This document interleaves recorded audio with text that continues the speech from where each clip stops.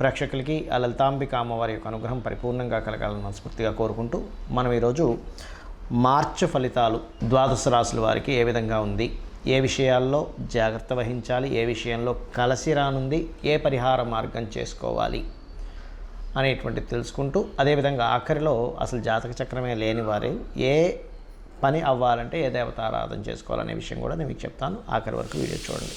సింహలగ్నము, సింహరాశి. సింహం వారి కనుక చూసుకున్నట్లయితే రాస్యాధిపతి అయినటువంటి శని భగవానుడు ఇప్పుడున్నటువంటి గ్రహస్థితి రీత్యా చూసుకున్నట్లయితే ప్రధానంగా మీకు ఇక్కడ ఈ సప్తమ స్థానంలో సంచారం చేస్తూ తర్వాత అష్టమంలోకి వెళ్తున్నాడు.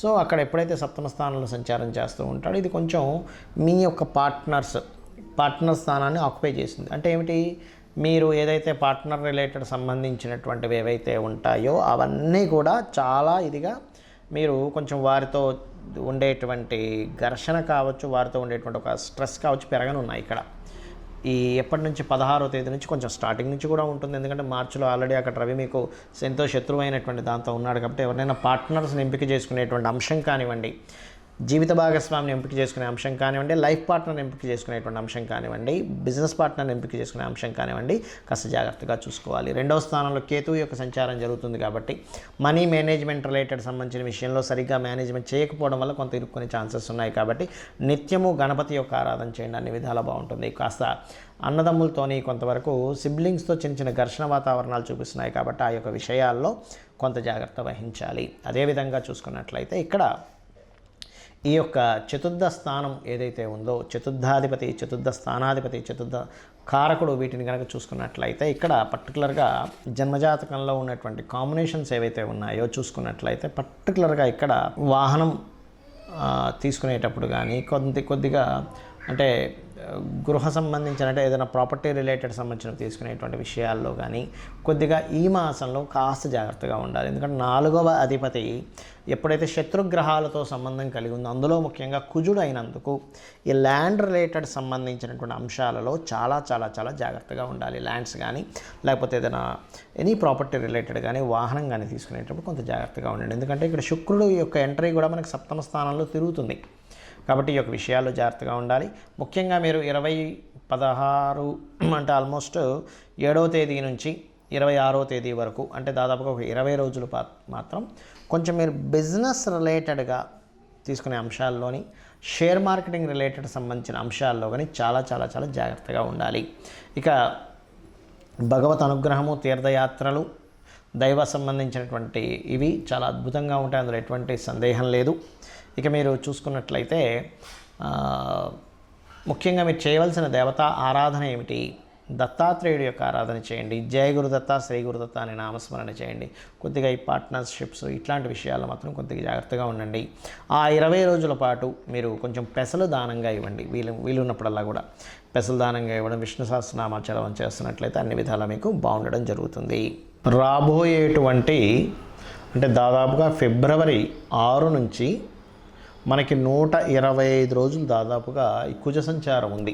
అంటే మకరంలోని, కుంభంలోని, మీనంలోని ఈ కుజ సంచారం ఏమిటి అంటే దేశవ్యాప్తంగా కానివ్వండి, మనుషుల మీద కానీ దీని ప్రభావం ఎలా ఉంటుంది ఇండివిజువల్ రాసుల మీద అంటే కొద్దిగా గొడవలకు దారితీయడము, ఒక డ్రాస్టిక్ చేంజెస్ని ఊహించని విధంగా కొన్ని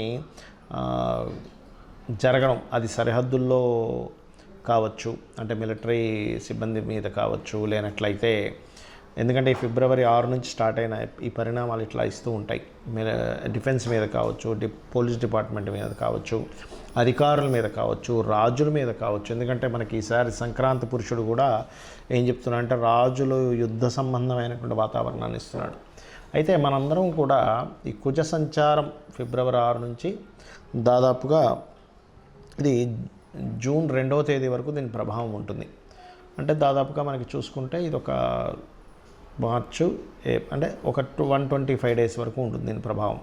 మరి ఈ సమయంలో అసలు అందరూ చేయవలసింది ఏమిటి అంటే ఎక్కువగా గుర్తుపెట్టుకోండి, నవగ్రహాలలో శని భగవానుడు, రాహువు, కుజుడు, రవి, ఈ 4 గ్రహాలు గుర్తుపెట్టుకోండి.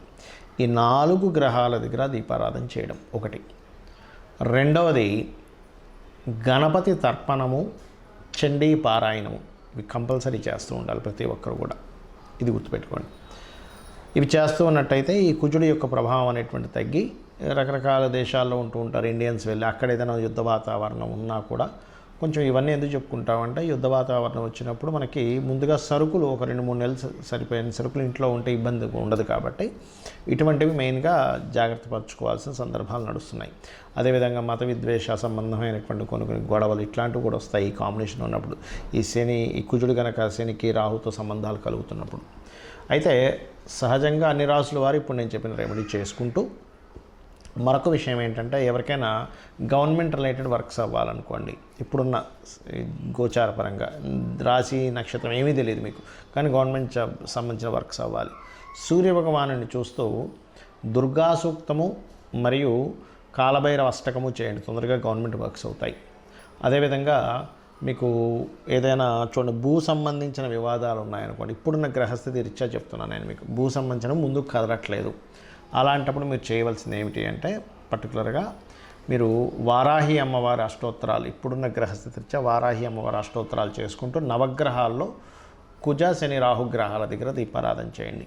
అదేవిధంగా ఫైనాన్షియల్ మ్యాటర్స్ ముందుకు కదలట్లేదండి, నాకు రాశి నక్షత్రం ఏమీ తెలియదు, అప్పుడు ఏం చేయాలి, ఇప్పుడున్న ఈ మంత్ ఉన్నటువంటి గ్రహస్థితి రీత్యా మీరు చేయవలసింది ఏమిటి అంటే పర్టికులర్గా మీరు శని రవి గ్రహాల దగ్గర దీపారాధన చేస్తూ ఓం సంపత్కరీ సమారూఢ సింధుర వ్రజ సేవితాయ నమః అనే మంత్రం చేసుకోండి. లేదా నవవిద్రుమ బింబశ్రీ న్యక్కారి రతన చద, దీనికి ముందు ఓము లాస్ట్లో నమః కలుపుకొని ఓం నవవిద్రుమ బింబశ్రీ న్యక్కారి రతన చదాయ నమః అనేటువంటి నామస్మరణ చేసుకోండి.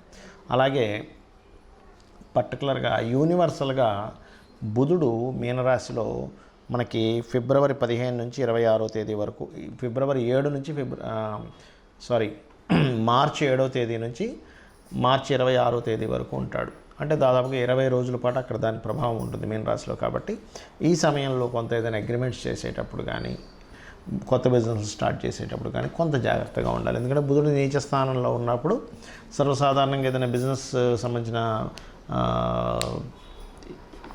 ఇవి పెట్టాలంటే కూడా ఇంకా తప్పదు, పెట్టాలంటే కూడా చాలా జాగ్రత్తగా పెట్టవలసి వస్తుంది. ఎందుకంటే బిజినెస్ కారకుడు నీచ స్థానంలో ఉన్నాడు, అందుకని కొత్త బిజినెస్ స్టార్ట్ చేయడానికి కానీ ఇటువంటి వాటికి కొంత జాగ్రత్త వహించాలి.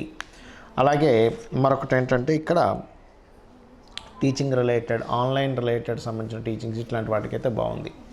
సో అందరికీ చూసుకున్నట్లయితే, అలాగే వివాహ సంబంధించినవి కుదరాలంటే కూడా ఇప్పుడున్న గ్రహస్థితి రీత్యా కాస్త మీరు లక్ష్మీ గణపతి ఆరాధన చేయడము, రావి చెట్టు చుట్టూ ప్రదక్షిణాలు చేయడము, కామేశబద్ధ మాంగళ్య సూత్ర శోభిత కందరాయ నమః అనే నామస్మరణ చేయడం, ముఖ్యంగా గణపతి ఆలయాలకు ఎక్కువగా వెళ్తున్నట్లయితే ఇప్పుడున్న గ్రహస్థితి రీత్యా తొందరగా మీకు వివాహ సంబంధించిన ముఖ్యంగా మొదటి వారం మార్చి మాసంలో మొదటి వారం ఇది ఎక్కువగా చేయాలి.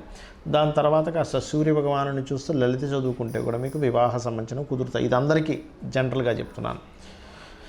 ఇక మీరు ఇవి చేస్తూ వీలైనంత మట్టుకు రాహు మనకి మీనరాశిలో సంచరిస్తున్నాడు కాబట్టి ఇంకొక సంవత్సరం 4 నెలలు ఉంటాడు కాబట్టి అమావాస్యలు స్వయం పాకం ఇవ్వండి. దీనివల్ల మీకు ఉద్యోగ సంబంధించిన సమస్య కానీ, వివాహం కానీ, అనారోగ్యాలు కానీ, గొడవలు కానీ, మోసపోతున్నాం అనే ఫీలింగ్ ఉన్నా, వివాహ జీవితంలో బాగోపోయినా అన్నీ కూడా సెట్ అవుతాయి. శ్రీమాత్రే నమః.